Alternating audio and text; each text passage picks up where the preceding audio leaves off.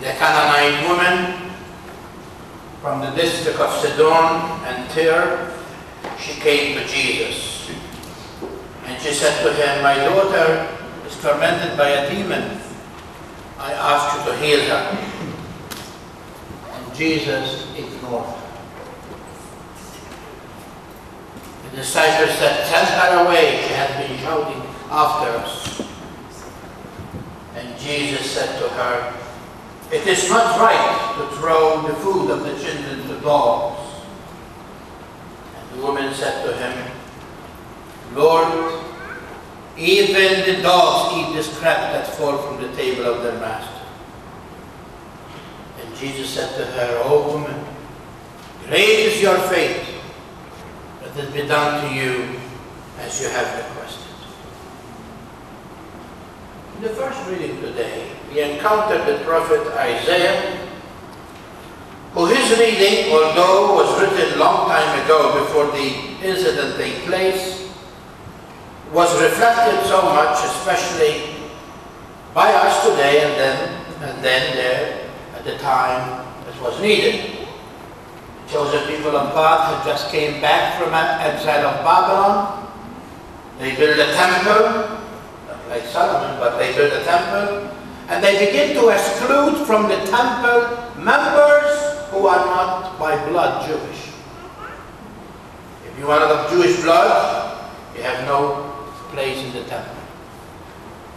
And we know that at that very moment, this letter or this reading of the prophet Isaiah came very handy. And the Lord said to the prophet, "My house is a house of prayer for all peoples."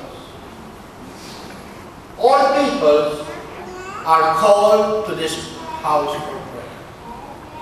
And so, it is not what you have made your decision to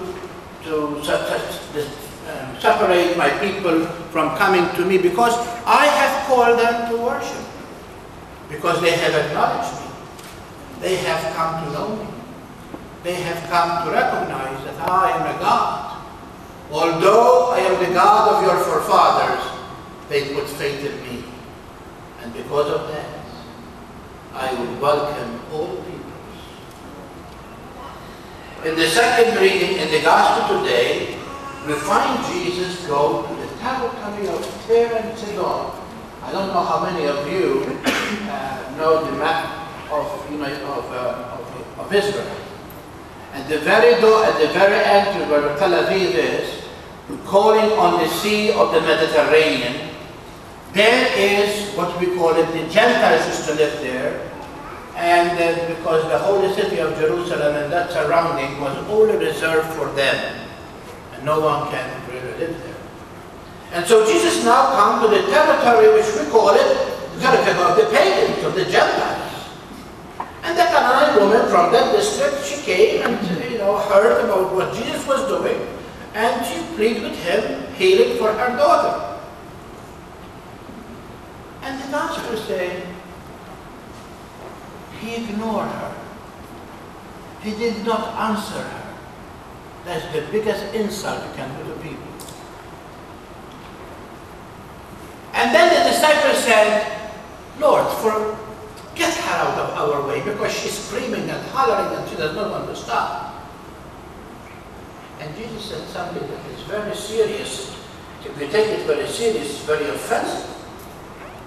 "I cannot take the food of my children and throw it to you, dog." You call this woman a dog. And the woman did not take an offense. She said, "I don't care what he say about me. Told me how much I am ugly and how much I am this and how much this. What I need is one thing, my daughter to be healed." And she said, "Lord, you know that the dogs eat the scraps of the table that fall from the table. For the love of God, heal my daughter." And Jesus said, "Oh woman, your faith is so great."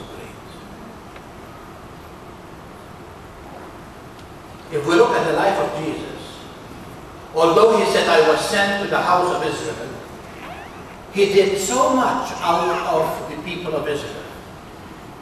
He healed the centurion's daughter. He spoke about the mercy to the Samaritan. He is now calling this woman, the woman of the Canaanite, and he is healing now her daughter. And why he did this? Just from one reason. Because great was her faith, or their faith in him.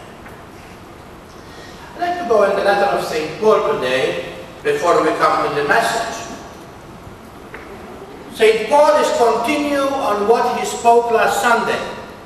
Any one of you remember what St. Paul said last Sunday? No? I make that help, right? You joined the army? St. Paul last Sunday, he said,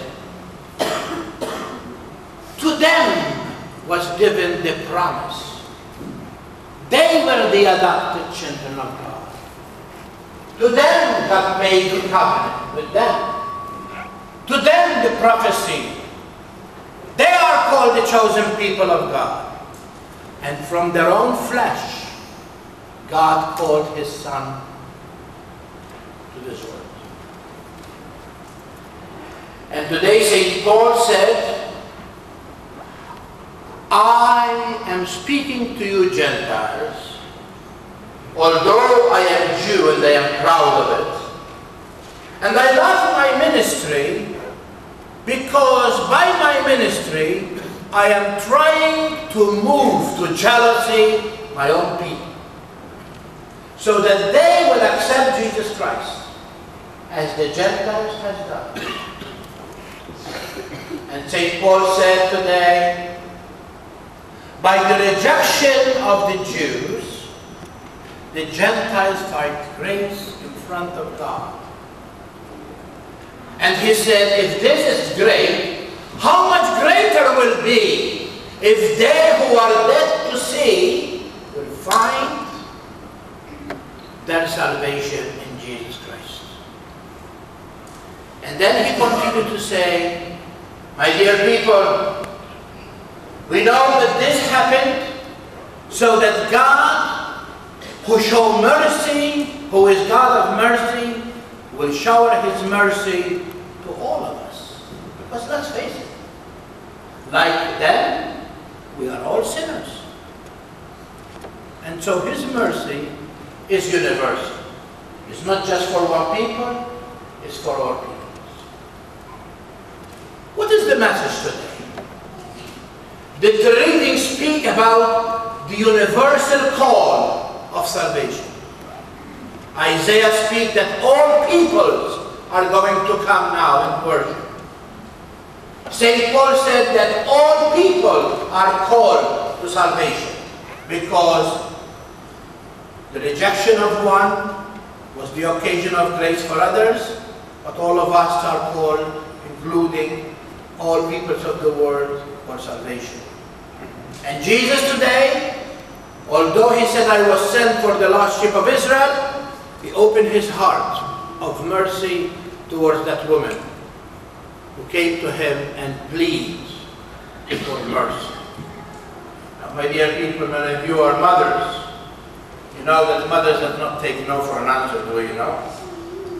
Oh, I know mothers very well. When I have to deal with a mother, I say my prayers before. Because you never will with a woman. God. And so, this woman did not want to take the word no from Jesus. He persists and persists. The call that we have today, that the two readings are speaking, is that we have to really have the mind of God by not excluding no one from our lives. God does not exclude people. He created us all equal. And he wants salvation to all. He didn't come to save one nation. He came to save all nations. And so all of us now are called to salvation. Yes, first were the Jews, and then we will follow. And let's face it, we have to be very thankful for the Jewish people, because whatever we have inherited from them. everything that we have on that altar, everything that we do in the rituals is all rooted in the Jewish faith. And that is very important, dear people, to understand that now our prayers will go that they will come to really come to know Christ.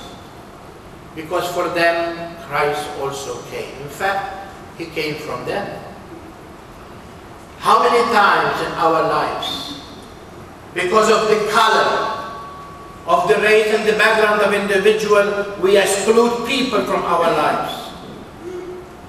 Sometimes it's your neighbor. Because you don't like, because he come from, he is, and he doesn't. And all, we put those barriers. And the fact is that sometimes we don't get to know the individual, because if we know the individual, we come to have a great companion in that individual. But sometimes because of our judgmental, we exclude. I remind you one thing. God has a sense of humor. And on the day of judgment, the person that you condemn to hell will be there standing at God waiting for you to join heaven. Remember that. God has a sense of humor. The man or the person that you judge that he is no good, he will be waiting for you to join him in heaven. So, watch out.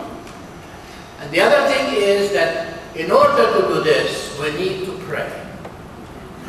Because, unfortunately, because of this nature that we are, clothed with, we find a lot of divisions among us.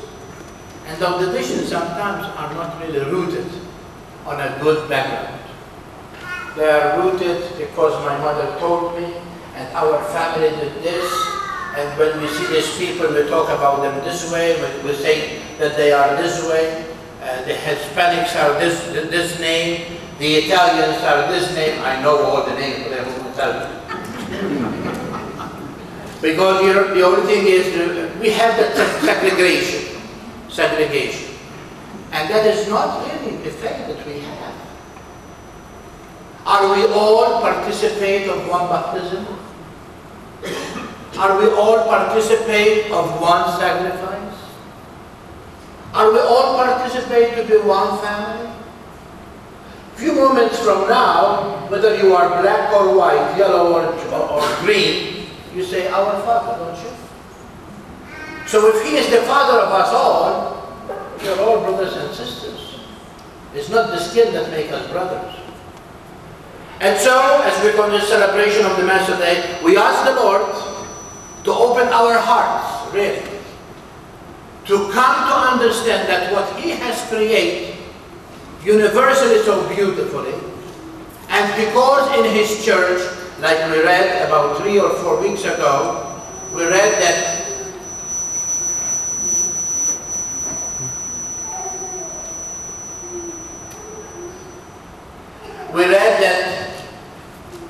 it's like a net throwing into the sea that catch all kinds of good and bad. At the end, they will fall into the shore, and they separate the good from the bad. Those who are good in our thinking, they go to eternal heavens. Those who have done evil, they will go away from God. And it's not the fire of hell that I am afraid of, but to be away from God for all eternity. That God, that my desire to do it one day. That God who loves me, and I refuse His love. That is the most hard thing we will endure at the end of time. And so, let us pray that we will be people really with open minds, like Christ was, to the university of the church. Because when He was about to go to heaven, He said to His apostles, as we read in the Acts of the Apostles, go now in the whole world and baptize all those who come to faith, beginning in Judea, in Samaria, to the end of the world. And that's the intention of the founder. Who are you, or who I am, to make divisions. If we really are Christ-minded, we have to be universal, That's why the church is called one, holy, apostolic, and universal. We have to be universal in our mind, accept everybody. And then as we become one, we come to understand that that oneness and unity help one another to become. And this is what the church is all about. We all come together to be in union with Christ, so He, in that oneness, He continues to strengthen us. As we say in our language, together we stand. Together we are one. And if we are one in the table of the Eucharist, as we share from one loaf and one cup, we also are one. Because one is the Father, that all of us claim to have. God bless.